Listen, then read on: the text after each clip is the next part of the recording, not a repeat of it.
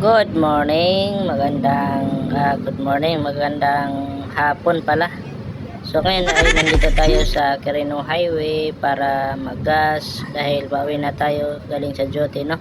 So dito na ako sa palengke dumiretso para bumili kami ng ulam. Wow! Para sa ulamin namin ngayong gabi. Kasi ubos na yung aming ulam.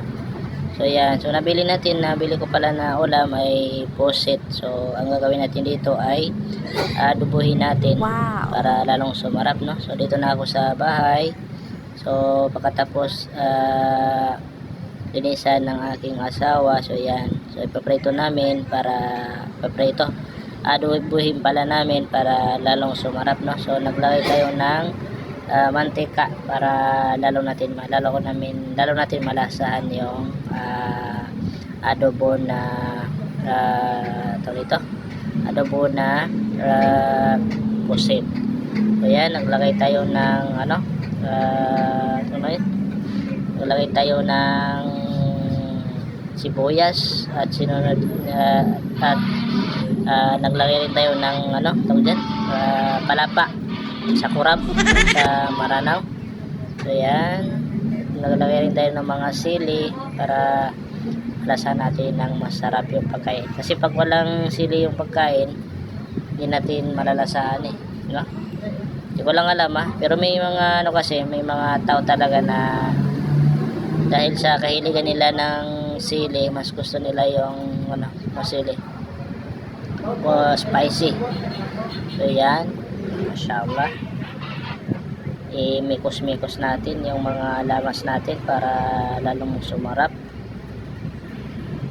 Yan, medyo kasi kailangan natin yan yung maamoy muna yung yung maamoy muna yung yung amoy niya, kasi pag hindi mo maamoy yan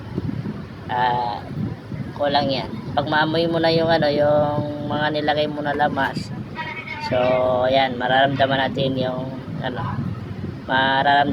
yung kaniyang lasa. Ayan, naglagay tayo ng dyan, di ko alam tao dyan, toyo sauce ba yan? Ayan, lagay natin. Nilagay pala ng aking asawa, so hindi pala ako naglagay.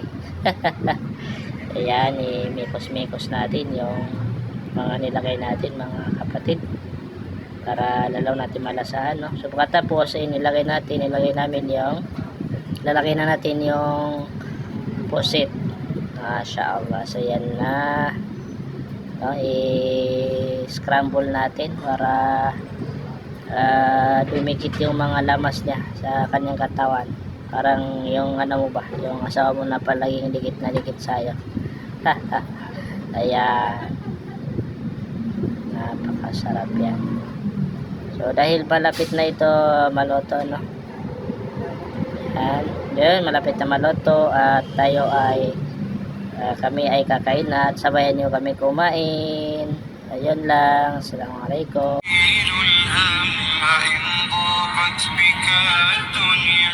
ومن يرى